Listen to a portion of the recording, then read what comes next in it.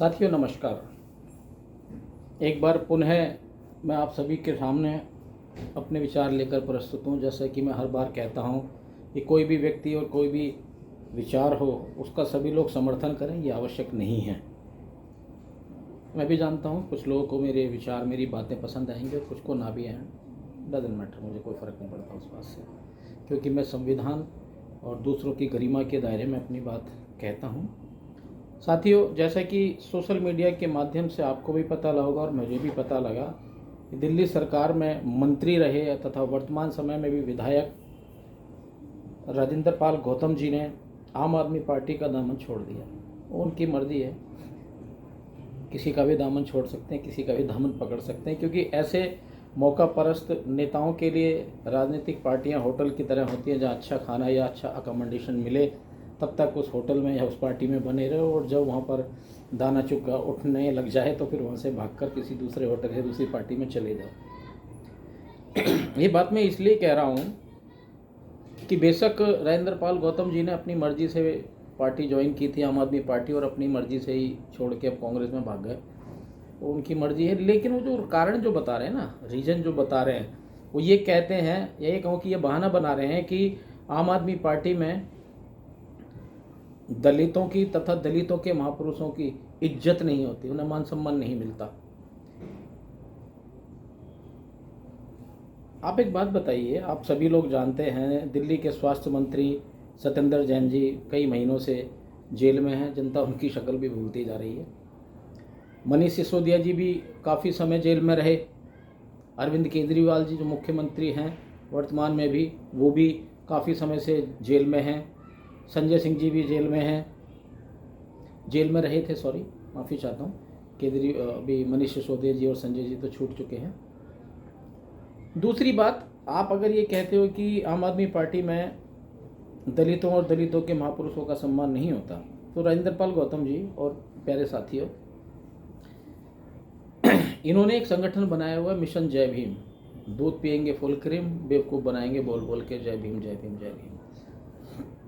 दिल्ली सरकार की एक योजना है जिसमें बाबा साहब B.R. अम्बेडकर, भगवान वाल्मीकि तथा अन्य कई महापुरुषों के जन्मोत्सव तथा उनके मृत्यु दिवस पर जो कार्यक्रम आयोजित करते हैं आर्थिक तौर पर कमज़ोर संस्थाएं या लोग, उनको 50,000 रुपये तक की आर्थिक सहायता, जिसके लिए टेंट, कुर्सी, साउंड इत्यादि का प्रबंध किया जाता है। लेकिन इन्हीं स्वार्थी नेता राजेंद्र पाल गौतम जी ने सिविल लाइन दिल्ली स्थित अपने सरकारी कोठी पर मिशन जय भीम के तहत कई बार उस 50,000 रुपये तक की आर्थिक सहायता ली है।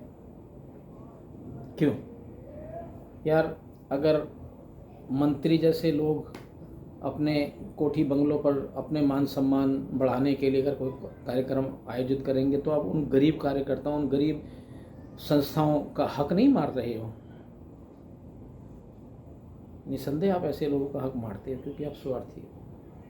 खैर, आपकी मर्जी है, आप जाना है जाओ। लेकिन मैं एक बात मेरी समझ में नहीं आई, जैसा कि इन्होंने आरोप लगाया, झूठा आरोप लगाया कि आम आदमी पार्टी में दलितों और दलितों के महापुरुषों का सम्मान नहीं होता। मुझे आप ये बताइए, अभी हाल फिलहाल में ऐसी कोई घटना घटी है क्या, या रातों रात ऐसा कोई आपको सपना आ गया कि आम आदमी पार्टी में दलितों और दलितों के महापुरुषों का सम्मान नहीं होता? अगर है तो प्रमाण दीजिए, बताइए ना। आम आदमी पार्टी ने कौन से दलितों का और कौन से दलितों के महापुरुषों का अपमान किया या सम्मान नहीं किया? एक ही बात है, आप बताइए, आप सार्वजनिक कीजिए। आम आदमी पार्टी के किन बड़े नेताओं ने, चाहे मुख्यमंत्री हो, उप मुख्यमंत्री हो, या और पार्टी के बड़े पदाधिकारी हों, बड़े नेता हों, उनमें से किन लोगों ने कब किस विषय पर दलितों का अपमान किया या दलितों के महापुरुषों का अपमान किया है? आप ये कहो कि आपकी नहीं चल रही तो बात समझ में आती है। आपकी नहीं चल रही तो आपकी नहीं चल रही, ये नहीं कि दलितों की नहीं चल रही, क्योंकि आप दलितों के माई बाप नहीं हो। आप हो सकता है कुछ अपने, क्या शब्द बोलूँ उसको, चाटुकारों के आप नज़दीकी रहे हों, दो चार बातें आपने मांग रखी हो, उनको ना माना गया हो, ये संभव हो सकता है। लेकिन आप ये कैसे कह सकते हो यार? क्या आप दलितों के मुखिया हो? हिंदुस्तान के सभी दलितों ने आपको मुखिया बना दिया, दिल्ली के सभी दलितों ने आपको मुखिया बना दिया है क्या? क्या हुआ?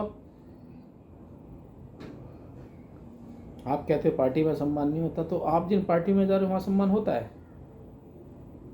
क्या? उन राजनीतिक पार्टियों में सम्मान होता है? मैं कांग्रेस का ही अगर बोलूँ, जिस पार्टी में अभी आप गए हो, क्या कांग्रेस ने बाबा साहब बी आर अम्बेडकर और दलितों के अन्य महापुरुषों को सम्मान दिया है? क्या क्या सम्मान दिया बताइए? किन दलितों को राजनीतिक तौर पर या आर्थिक तौर पर ऊपर उठाने में इस पार्टी ने काम किया बताइए? बकवासबाजी बंद करो, तुम्हारी मर्जी है, तुम जिस पार्टी में जाना हो जाओ, लेकिन इस तरीके से गुमराह मत करो। एक बात और, आपने कहा था मिशन जय भीम के तहत कि मैं 2025 तक 10 करोड़ लोगों को बौद्ध बनाऊंगा। ये बौद्ध बनाना था या बेवकूफ़ बनाना था? आप साफ साफ कहते हैं ना कि मैं 10 करोड़ लोगों को 2025 में बेवकूफ़ बनाऊंगा।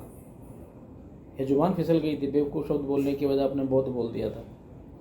2025 में किस तारीख को किस स्थान पर आप 10 करोड़ लोगों को बौद्ध बनाओगे? माफ़ करना, मुझे तो नहीं बनना। मैं हिंदू ठीक हूँ। मैं हिंदू इसलिए ठीक हूँ क्योंकि आप जैसे स्वार्थी लोग हमारे आराध्य भगवान वाल्मीकि जी के ऊपर कटाक्ष करते हो, बकवासबाजी करते हो, सवालबाजी करते हो, बकवास करते हो कि वाल्मीकि जी तो ब्राह्मण थे। आप जिनको मानते हो महात्मा बुद्ध, उनकी क्या आगरा में जूते की फैक्ट्री थी? वो क्या तुम्हारी जाति के थे? तुम करो तो लीला, वाल्मीकि करें तो करेक्टर ढीला, ये ना चौलवे। खैर, ज़्यादा मैं नहीं कहूँगा। आप स्वार्थी नेता, मौका परस्त नेता राजेंद्र पाल गौतम जी, नकली रावण चंद्रशेखर आज़ाद और दौलत की बेटी मायावती हैं। आप लोगों की धीरे धीरे राजनीति ख़त्म हो रही है क्योंकि जनता अब आपको समझने लगी है कि आप लोग अपनी कुर्सी बचाए रखने के लिए, अपनी राजनीतिक धरोहर को बचाए रखने के लिए आप किसी भी हद तक जा सकते हो, कोई भी झूठ बोल सकते हो, आपस में लड़वा सकते हो, यहाँ तक कि लोगों को आप उनके जीवन को अस्त व्यस्त करने, उसकी मानसिक स्थिति खराब करने में की हद तक भी आप लोग जा सकते हो। बकवासबाजी बंद करो। तुम्हें कांग्रेस में जाना है या किसी भी पार्टी में जाना है, जाओ, तुम्हारी मर्जी है, कोई नहीं रोकता आपको। लेकिन दलितों को, उनमें भी विशेष तौर पर वाल्मीकियों को बेवकूफ़ बनाना बंद करो, क्योंकि वाल्मीकि अब समझ चुका है कि आप सिर्फ और सिर्फ मौका परस्त प्रवृत्ति के नेता हो। धन्यवाद। मैं आप सभी का साथी एडवोकेट सुरेश कुमार।